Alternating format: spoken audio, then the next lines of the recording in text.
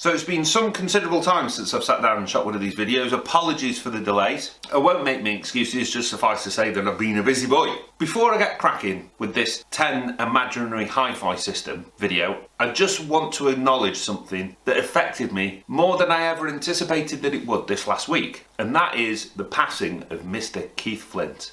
You might feel indifferently towards him. You might not even know who he is. You might have listened to the music from The Prodigy and hated it. That's fine, that's your opinion. But suffice to say, he had a very profound effect, him and his other band members, on my later teenage years. There was a time where I almost exclusively only listened to The Prodigy. So hearing that he'd taken his own life was devastating. A great many people that had not been in touch for years dropped me a line via Facebook. It was all very nice to get back in touch with people. The reason that I'm mentioning it now is that I honestly think technology can aid in some of these situations. And that's why I'd like to draw your attention to the Not OK app. For North America at the moment only, but if it gets some support, hopefully, we'll see it in regions such as the UK and the rest of Europe. Who knows? Now, some people like to blame technology for the fact that we don't communicate maybe as much as we used to with people that are close to us, despite the fact that we've got more means of communication than we ever had previously. And you may well have a valid point,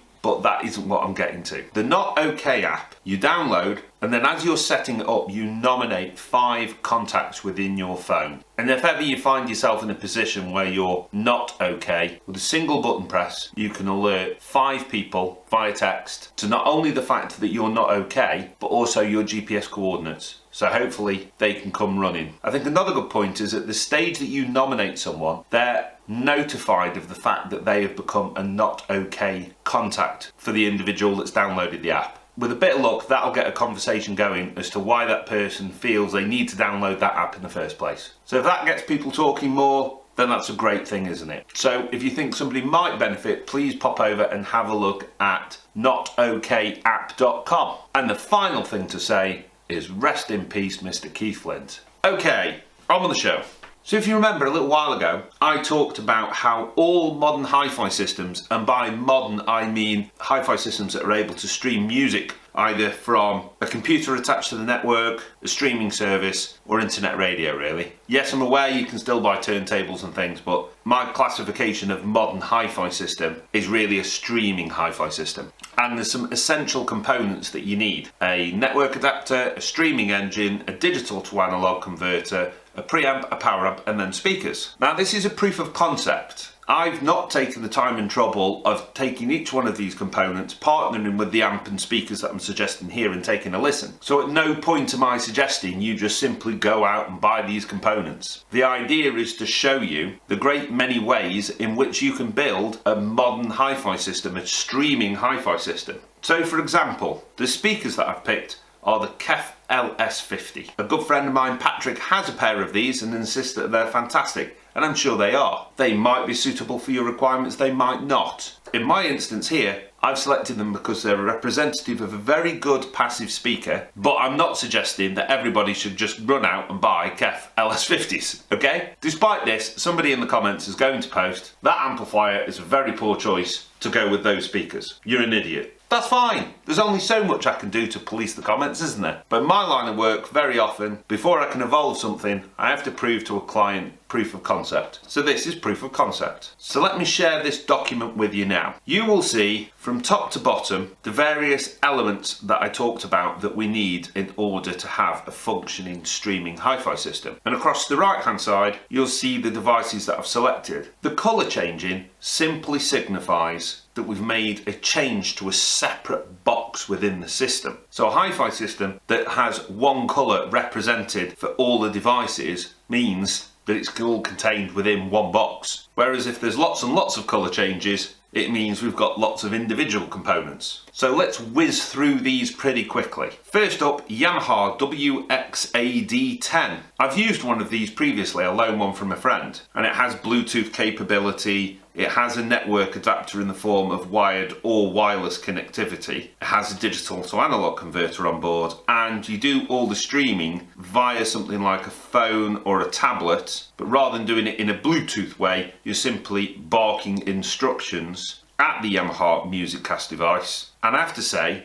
for what the device costs, I was very impressed at the time. If you were to partner this device with, say, an Audiolab 6000A amplifier, as an example, and KEF speakers, you would have a complete hi-fi. So the Yamaha is doing the duties of network adapter, streaming engine and DAC. The Audiolab amplifier is acting as a completely conventional preamp and power amp in one box, what we call an integrated amplifier, then driving passive speakers in the respect of the KEF LS50. And that would function. I wouldn't necessarily call it a very balanced hi-fi system though. Your only real upgrade potential with the hi-fi is to remove the Yamaha WX-AD10 altogether. You can't really add any components to it to upgrade it, but it satisfies all the criteria that we've talked about previously, so it is a modern hi-fi system. Next up, we've got something that works very similarly, albeit this time we have the CDN301 from Yamaha. Now, this device is a full hi-fi separates width device. It comes with a remote handset. It'll play high-res files that you find on the network. It'll do internet radio and work with music streaming services. Again, it has wired and wireless connections. So in truth, it satisfies all of the criteria, again, that we talked about that we need in order to have a streaming system. It's only completing the same number of tasks as the smaller Yamaha unit. One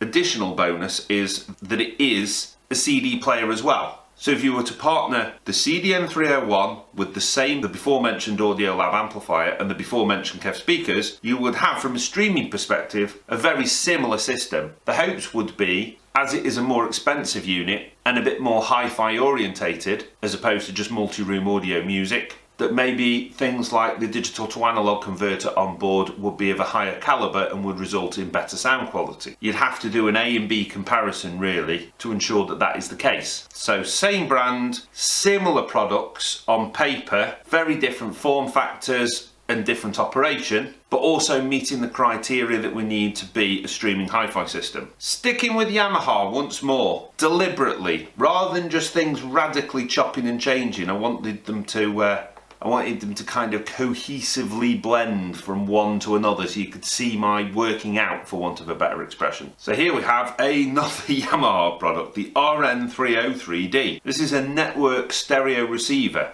In this particular instance, it's the network adapter, it's the streaming engine, it's the DAC, it's the preamp and the power amp. All we're adding to it is speakers. How good is it? I've got no idea. It's relatively inexpensive, costing about half as much as the Audiolab amplifier used in the previous example. But I'm just using it as an example of a single box that does a great many tasks. Streaming from the network, streaming from internet radio, streaming from streaming services, so on and so forth. So that one box completing numerous tasks. However, if it's a single box that you wanted to try and complete as many tasks as possible and get great quality sound, a lot of people have found suggest the Blue Sound Power Node 2i, which works in exactly the same way principally, in that it's the network adapter, streaming engine, DAC, preamp, power amp, and so you just connect it to a pair of passive speakers. However, in terms of sound quality, it has to be said that a number of the people that I respect within the industry have said it performs with aplomb. So I find that a really interesting prospect. A single box connected to a pair of speakers that delivers all the facilities that we're looking for, but without the usual compromises of saying that because it's a one box system it's going to be rubbish. And as used to say on Monty Python, now for something completely different.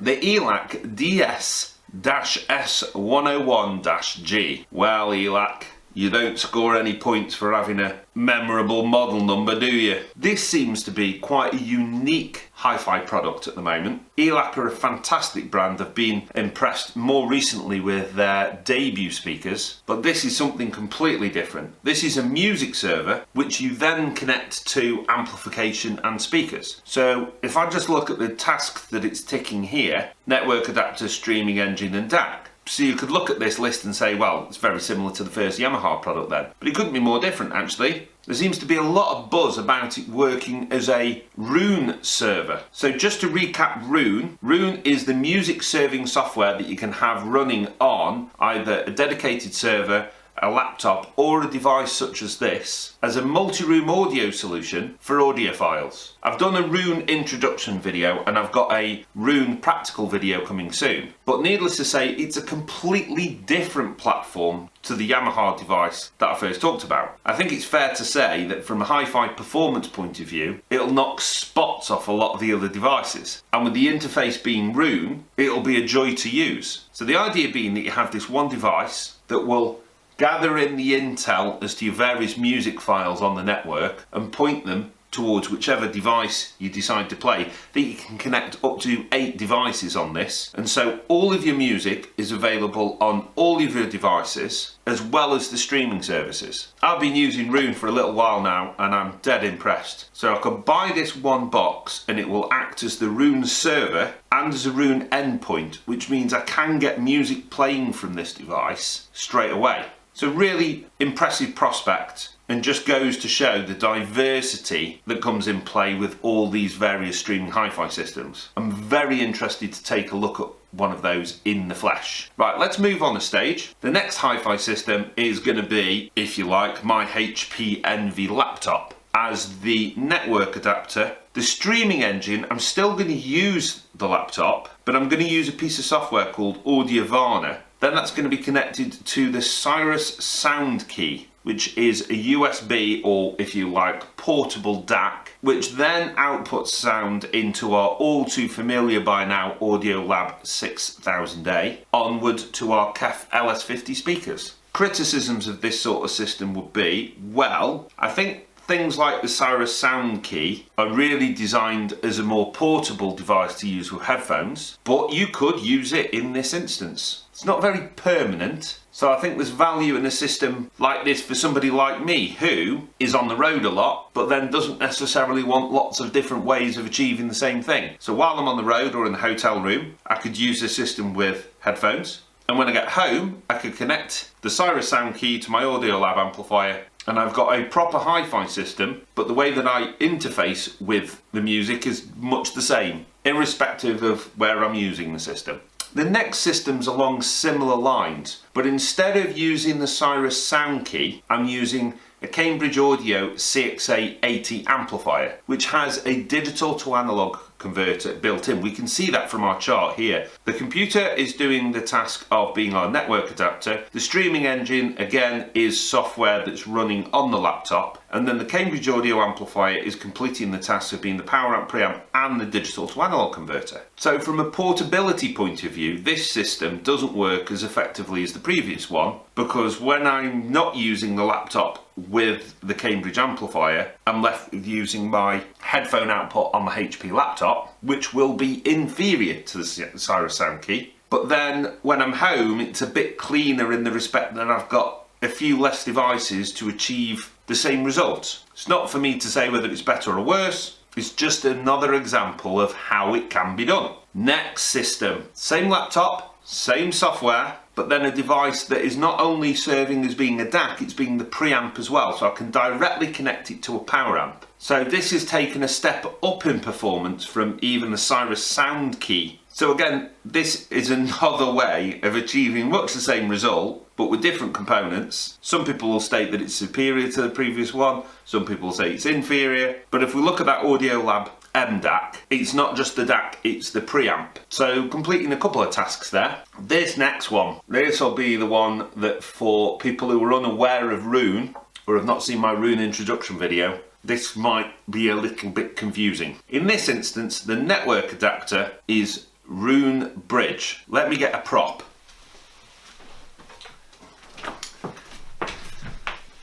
This here is my Roon Bridge. Looks a bit messy, it's had a bit of a hard life. This is a Streacom passive PC case. And in here is a very low power motherboard with integrated CPU. I'm using Windows 7 and the device simply turns on and turns off. I don't need it connected to a monitor. There isn't a password as it starts up. If you rip the power out of it and restore the power, it'll reboot the machine. And Roon Bridge software is set up on this device so that it kicks up in the background as soon as Windows 7 is booted. So in effect what I have there is a very low power computer that isn't connected to a keyboard, mouse or monitor, that is acting as a Roon bridge. I don't configure the Roon bridge software on here, I just simply download it, have it running, and then this will connect via USB to the next device in the list, which is the Project Prebox S2 Digital, which is that fella there, which you've heard me talk about a great many times, and I've been really impressed with it. So the Roon bridge device, being the passive PC, and this DAC preamp connected via USB, produce no music on their own. I have to ensure that I've got Roon server somewhere within the system. So this laptop that I'm in front of now could be the Roon server in the system, and this would collate the music that's on my network or drag in the music from a streaming service such as Tidal, and then via an app on my phone, a Roon app on my phone, I can tell the Roon server to push that music to the Roon bridge. This laptop could be the server. I would hope to have a dedicated Roon server, which could be a noisy old box somewhere in another room with mechanical spinning hard drives, etc, etc. And I'm satisfied with that outcome as a hi-fi product because it's not connected directly to my amplifier and speakers. It's connected via the network, and it's difficult to tell whether Roon Bridge is pulling the music from the server via instruction from the phone app, or whether the server is pushing music to the bridge as a result of being instructed by the phone. But either which way, as a combination of a server on the network, be it this or a dedicated server in a server cabinet in another room, my Roon bridge device powered up and working correctly, my Project Prebox acting as the DAC and preamp connected to a dedicated power amp, KEF speakers, and away I go. So again, another very diverse way of doing it. The advantage of having that system in place is that the Roon server will serve music to more than just one hi-fi. So the JBL speaker, the Chromecast audio that I've got, any AirPlay products, anything along these lines can also be part of a multi-room audio system that anyone can use, and however delivers fabulous sound quality in the main room or the living room or wherever I've got the main system. So really powerful stuff. And finally, the KEF LS50W. Hopefully it is now apparent as to why I picked the KEF LS50 as my passive speakers of choice, and that's because every single one of these 10 systems effectively has the same speaker technology. The huge difference with the LS50 wireless is that all the various devices that I've talked about, the network adapter, streaming engine, DAC, preamp, power amp, are all built into the speaker. Now, there's real pros and cons to this. One advantage is it in half simple. You get one big box, you unbox the speakers, a bit of faffing around with an app, and 5 minutes later you've got music playing. There's other arguments as well. That is to say that system matching amplifier and speakers is always a tricky business, whereas KEF have completed this task for you, and they've made sure that the amplifier modules fitted within those KEF speakers directly match the requirements of the drivers that are fitted within the speakers. So they will be very complementary of each other. The amplifier and speaker technology is matched perfectly.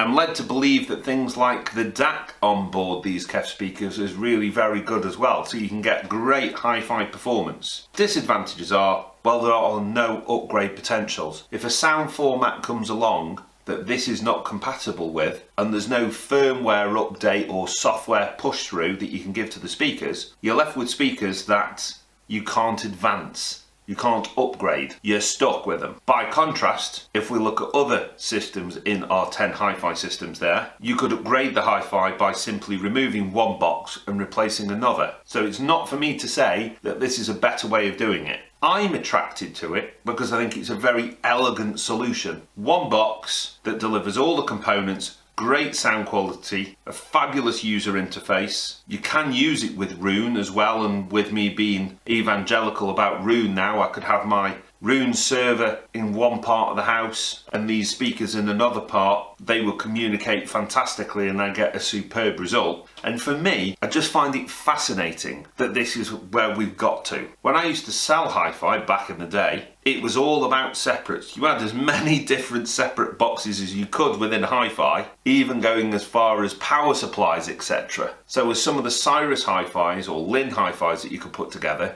it wasn't unusual to have a 10 box system. Whereas here I'm talking about having, well, no boxes. The boxes in effect are built within the speakers, and yet it's still been very credible in terms of hi-fi performance. That's fantastic. So there's no best way of doing this. There's the best for the environment, there's the best for which system is also going to need some portable aspect to it. There's best in terms of what offers the easiest upgrade path at a later date. There's which is the easiest to roll out amongst the whole house as well as just one room, or integration into a 5.1 or 7.1 home cinema system, and a myriad of other reasons which has led to hi-fi diversifying in such an extraordinary way. And this isn't even every single way you can do it, because you can stream music using things like games consoles. And I build gaming PCs for clients on a semi-regular basis, but I don't really have much understanding of game consoles per se, which is why they're absent from this list. But I'm quite confident that where I've got a Yamaha WX-AD10, I could probably replace that with a PS4 and get very similar functionality. There's no Nvidia Shield here, which is kind of the most powerful Android box / games console. And I'm a big fan of those, but wasn't really sure where to pop it in this list. So again, that's absent as well. So this is 10 examples, not every example. And so it's led me to investigate another piece of hi-fi kit, which I'm hopefully going to audition this coming Friday. And I'm going to try and capture as much of that audition of that kit as possible using my Sony Alpha camera, since a number of people hinted that they didn't mind a low def Jeff from time to time. And I'm jolly excited to go and have a listen. And I think I know where it sits on this list in terms of all the tasks that it will complete. But I want to see the thing operating in the flesh first before I let on any more. So there we are, 10 imaginary hi-fi systems. It's just a bit of fun really, to try and demonstrate how diverse hi-fi has got these days. But as always, you're very welcome to your opinions in the comments, of which I don't always get back immediately, but I do my utmost to reply to each and every comment. Sometimes with an element of sarcasm, and sometimes with a, well, I'm very grateful to you, I didn't even know that thing existed. Either way, it's all a bit of fun, isn't it? So there we are, 10 hi-fi systems completed as promised, but no Roon practical video yet, as previously promised. So I better get moving, hadn't I? I will waste no more of your time. Have a fantastic day. Thank you ever so much. Goodbye.